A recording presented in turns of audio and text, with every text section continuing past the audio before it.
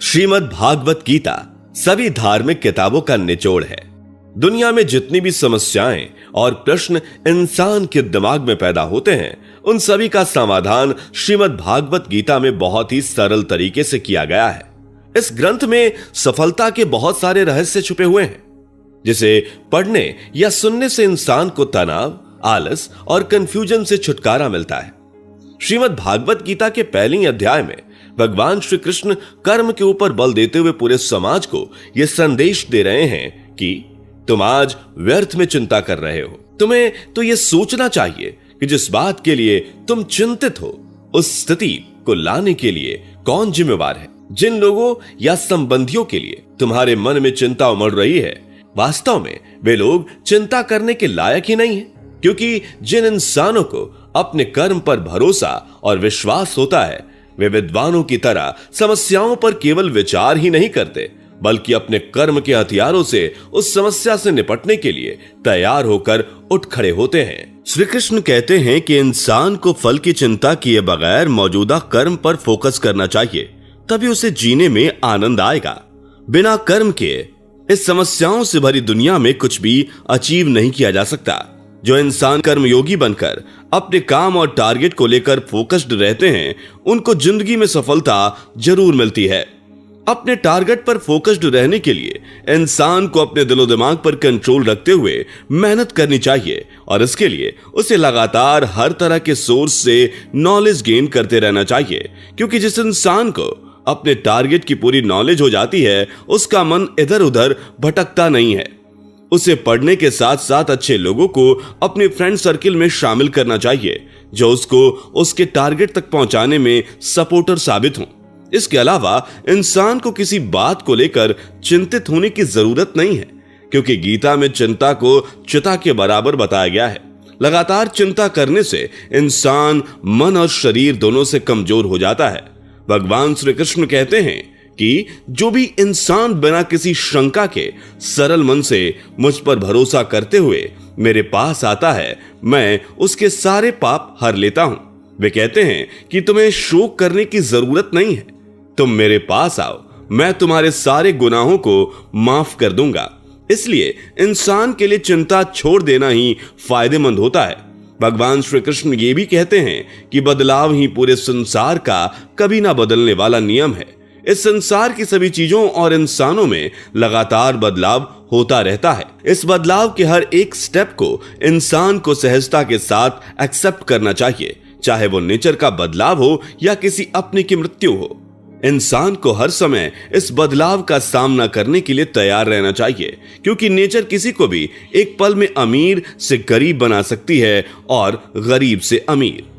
मृत्यु जैसी सच्चाई भी बदलाव लेकर फिर से जिंदगी में ही बदल जाती है। इस बदलाव से संसार में कोई भी बच नहीं पाया है। बदलाव नेचर का सबसे बड़ा नियम है। भगवान श्री कृष्ण अपने विस्तार को बताते हुए गीता में कहते हैं कि इस ब्रह्मांड की जब रचना हुई, तो रची गई चीजों में सबसे पहला मेरा रूप था। मैं इस ब्रह्मांड के बनने से पहले भी मौजूद था, और इसके खत्म होने के बाद भी मेरा स्वरूप मौजूद रहेगा। जो कुछ भी चारों ओर इस ब्रह्मांड में दिखाई पड़ रहा है, वो सब मेरे ही अंदर का हिस्सा है, और मैं ही इन सब के भीतर बसा हुआ हूं। जो भी चीजें इंसान महसूस कर रहा है, या अपनी आंखों से देख रहा है, या खा पी रहा है, वो सब मेरा ही अंश है। सूरज, चंद्रमा, सितारे और पृथ्वी पर मौजूद नदी, नाले, पहाड़, जंगल, जो कुछ भी दिखलाई पड़ रहे हैं, वो सब मेरे द्वारा ही बनाए गए हैं।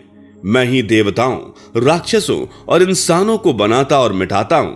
मैं लगातार इसलिए ऐसा करता रहता हूं ताकि आत्माओं को जन्म और मृत्यु के बंधन से छुटकारा मिल सके, और वह मुक्ति पाकर ब्रह्म के साथ घुल मिल जाएं। भगवान श्री कृष्ण कहते हैं कि इंसान को किसी भी शत्रु अथवा विपत्ति से डरने की जरूरत नहीं है। कई बार इंसान इस बात के लिए दुखी हो जाता है कि उसके परिवार में किसी की मृत्यु हो जाती है, या उसकी कोई कीमती चीज खो जाती है। इस तरह से दुखी हुए लोगों को भगवान श्री कृष्ण समझाते हुए गीता में कहते हैं कि इंसान जन्म के समय खाली हाथ लेकर इस संसार में आता है, और मृत्यु के समय खाली हाथ लेकर ही इस संसार से चला जाता है। इसलिए इंसान को अपने किसी प्रिय साथी अथवा धन संपत्ति के चले जाने से दुखी नहीं होना चाहिए, क्योंकि जिसे इंसान अपना समझ रहा है वो वास्तव में उसका भ्रम होता है। इंसान के दुखों का यही सबसे बड़ा कारण होता है कि वो दुनिया की हर चीज को अपना समझ लेने की भूल कर बैठता है, और वही चीज जब उससे दूर हो जाती है तो वह दुखी होकर रोने लगता है। भगवान कहते हैं कि इंसान का शरीर प्रकृति के 5 तत्वों से मिलकर बना है। ये तत्व हैं पृथ्वी, पानी, आग, आकाश और वायु। इंसान की मौत के बाद उसका शरीर नष्ट होकर इन्हीं तत्वों में मिल जाता है, लेकिन उसकी आत्मा उसके मृत शरीर को छोड़कर दूसरे शरीर में उसी तरह से जगह ले लेती है जिस प्रकार कोई इंसान एक कपड़ा बदलकर दूसरा कपड़ा पहन लेता है। इंसान की आत्मा को ना तो किसी हथियार से नुकसान पहुंचाया जा सकता है और ना ही आग से उसे जलाया जा सकता है। इंसान की आत्मा को ना तो तेज हवा सुखा सकती है और ना ही उसे पानी से भिगोया जा सकता है, क्योंकि इंसान की आत्मा अजर और अमर है। इंसान अगर संसार और माया के बंधनों में फंसा रहता है तो उसे मुक्ति की राह नहीं मिलती। मुक्ति पाने के लिए इंसान को अपनी आत्मा को साफ और शुद्ध रखने की जरूरत होती है। भगवान श्री कृष्ण कहते हैं कि समाज में अच्छे और गुणवान लोगों को हमेशा नेक काम ही करने चाहिए, क्योंकि अच्छे लोग समाज में जिस प्रकार से काम और व्यवहार करते हैं, आम आदमी भी उन्हीं लोगों से मोटिवेशन लेकर वैसा ही काम करने लगते हैं। इसलिए अच्छे लोगों को समाज में नए कामों का एग्जाम्पल सेट करना चाहिए, ताकि समाज उन कामों को देखकर सही रास्ते पर चल सके। इंसान को सच्चाई के रास्ते पर ही चलना चाहिए, क्योंकि भगवान श्री कृष्ण ने खुद कहा है कि मैं हमेशा सच्चाई के रास्ते पर चलने वालों का ही साथ देता हूं। जब जब सच्चाई यानी कि धर्म का विरोध ज्यादा होने लगता है और अधर्म यानी पाप कर्म को बढ़ावा मिलने लगता है, तब तब मैं स्वयं धर्म और सच्चाई को ऊपर उठाने के लिए इस पृथ्वी पर अवतार के रूप में जन्म लेता हूं। पृथ्वी पर बढ़ रहे अन्याय और अत्याचार को ही खत्म करने के लिए मैं अवतार लेता हूं। इंसान की आत्मा को ईश्वर के साथ मिलने के लिए कई करोड़ों योनियों में जीने और मरने के बाद इंसान का शरीर मिलता है।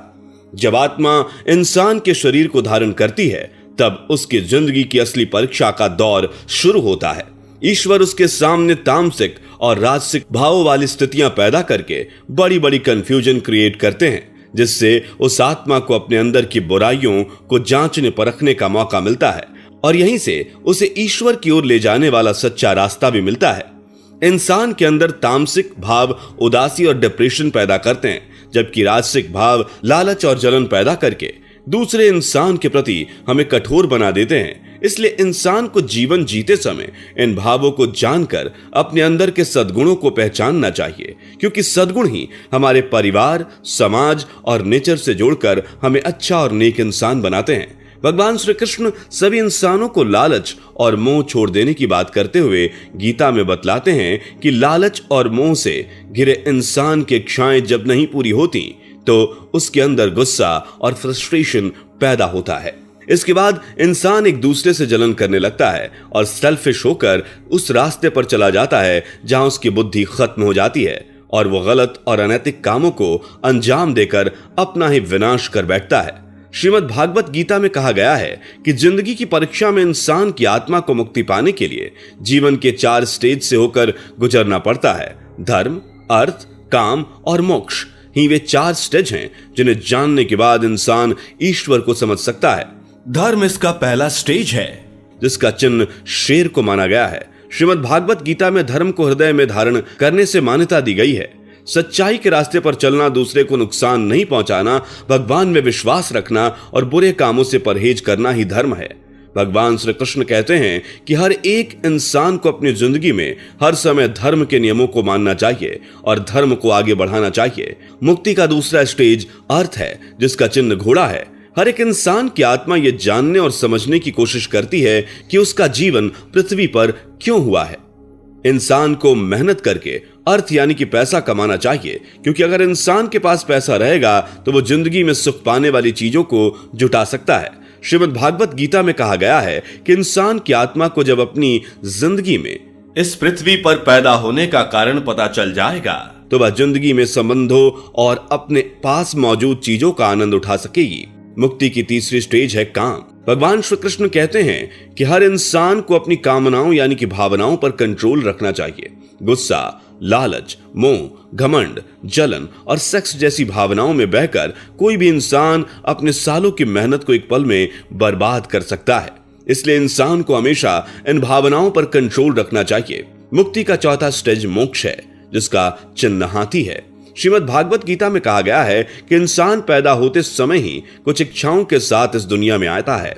उसकी कुछ इच्छाएं पूरी हो जाती हैं, लेकिन कुछ इच्छाएं अधूरी ही रह जाती है, जिनके कारण उसे दोबारा से इस दुनिया में जन्म लेना पड़ता है। भगवान श्री कृष्ण कहते हैं कि यदि हम कोई भी इच्छा ना रखें तो बार बार इस दुनिया में जन्म लेने से मुक्त हो जाएंगे। वे कहते हैं कि गलतियों को भुला देना और माफ कर देना ही मुक्ति की दुनिया में रखा गया पहला कदम है। हमें उन सभी से माफी मांग लेना चाहिए जिनके साथ हमने बुरा किया है। उन सभी को माफ कर देना चाहिए जिन्होंने हमारे साथ बुरा बर्ताव किया है, क्योंकि माफी मांगने और माफ कर देने से ही इंसान के मन की कड़वाहट दूर हो जाती है। भगवान श्री कृष्ण ये भी कहते हैं कि जब तक इंसान की आत्मा मुक्ति के इन 4 स्टेज को नहीं समझ लेती, तब तक बार बार उसे इस संसार में जन्म लेना पड़ता है। इंसान की आत्मा अपने कर्मों के मुताबिक स्वर्ग या नर्क में जाती है, जहां उसके साथ उसके कई जन्मों के पाप और पुण्य का हिसाब किताब किया जाता है। भगवान श्री कृष्ण यह भी बतलाते हैं कि मुझे पाने के लिए पूजा पाठ या कर्म कांड ही माध्यम नहीं है। भगवान की इच्छा से दूसरों की भलाई के लिए किया गया कोई भी काम करके मुझे हासिल किया जा सकता है। श्रीमद् भागवत गीता में कहा गया है कि हर एक इंसान को भगवान स्वयं अच्छे काम करने के लिए मोटिवेट करते हैं, और इस बात को मानकर जब इंसान खुद को भगवान को सौंप देता है तो उसे हमेशा के लिए डर और चिंता से छुटकारा मिल जाता है। इसलिए हमें अपने जीवन के सबसे बुरे दौर में भी डरना और घबराना नहीं चाहिए, क्योंकि जिस ईश्वर पर हम भरोसा करते हैं वही हमें जिंदगी की तमाम उलझनों और मुसीबतों से बाहर निकालने में हमारी हेल्प करता है। भगवान श्री कृष्ण कहते हैं कि जो भी इंसान सच्चे मन से मुझ में विश्वास रखते हुए अपने मन, वचन और कर्म में सद्भावना रखता है, वो जल्दी ही महानता और गुणों की खान वाला सिद्ध पुरुष बन जाता है। श्रीमद् भागवत गीता में एक ऐसे योग के बारे में बताया गया है जिससे इंसान की आत्मा अपने विश्वास, अभ्यास, कसरत और तप के बल से परमात्मा से मिल सकती है। भगवत गीता में इसे राजयोग कहा गया है। श्रीमद् भागवत गीता इंसान को अपने मौजूदा समय पर ध्यान देने के लिए भी मोटिवेट करती है। ज्यादातर लोग अपनी जिंदगी में बीती हुई पुरानी बातों या दुखों को लेकर डिप्रेशन में जीते रहते हैं। इंसान या तो अपनी जिंदगी की बीती हुई बातों को लेकर परेशान रहता है, या फिर उसे आने वाले कल की चिंता खाए जा रही होती है। इस कंडीशन में जीने वाले लोगों के लिए श्रीमद् भागवत गीता में यह कहा गया है कि इंसान को बीते हुए समय की कोई चिंता नहीं करनी चाहिए और न ही भविष्य को लेकर चिंतित रहना चाहिए। इंसान के हाथ में केवल उसका वर्तमान समय रहता है और उसको अपने वर्तमान को ही कर्म के सहारे बेहतर बनाने के लिए प्रयास करना चाहिए। इसी से उसका बीता हुआ समय और आने वाला कल दोनों अपने आप सुधर जाते हैं। इंसान को हमेशा पॉजिटिव सोच के साथ यही मानकर चलना चाहिए कि जो कुछ हो चुका है वो भी अच्छा था, जो हो रहा है वो भी अच्छा है, और जो आने वाले समय में होगा वो भी अच्छा होगा। इस तरह से हम पाते हैं कि श्रीमद् भागवत गीता हर इंसान को कर्म के सहारे सफल बनाने के लिए मोटिवेट करती है। भारत के सभी ऋषियों, महापुरुषों, विद्वानों, वैज्ञानिकों और नेताओं ने गीता में दिए गए उपदेश को पढ़कर अपने अपने फील्ड में बड़ी ऊंचाइयों को छुआ है। कोई भी व्यक्ति यदि अपने जीवन में सफलता का स्वाद चखना चाहता है तो उसे श्रीमद् भागवत गीता को जरूर पढ़ना या सुनना चाहिए, क्योंकि गीता के उपदेशों को अपने जीवन में जिसमें इंसान ने उतार लिया है उसकी लाइफस्टाइल पूरी तरीके से बदल गई है। जगत गुरु शंकराचार्य, रामकृष्ण परमहंस, स्वामी विवेकानंद, सरदार भगत सिंह, नेताजी सुभाष चंद्र बोस, महात्मा गांधी से लेकर आज तक की बड़ी बड़ी गूगल और एप्पल जैसी बड़ी बड़ी कंपनियों के मालिक और अधिकारियों तक ने श्रीमद् भागवत गीता से बहुत कुछ सीखा है। मल्टीनेशनल कंपनी में तो आज भी श्रीमद् भागवत गीता को लेकर कर्मचारियों के बीच में मोटिवेशनल सेमिनार कराए जाते हैं, जिससे कंपनी का वर्क कल्चर खराब ना हो और कर्मचारियों का मोटिवेशन लेवल बना रहे।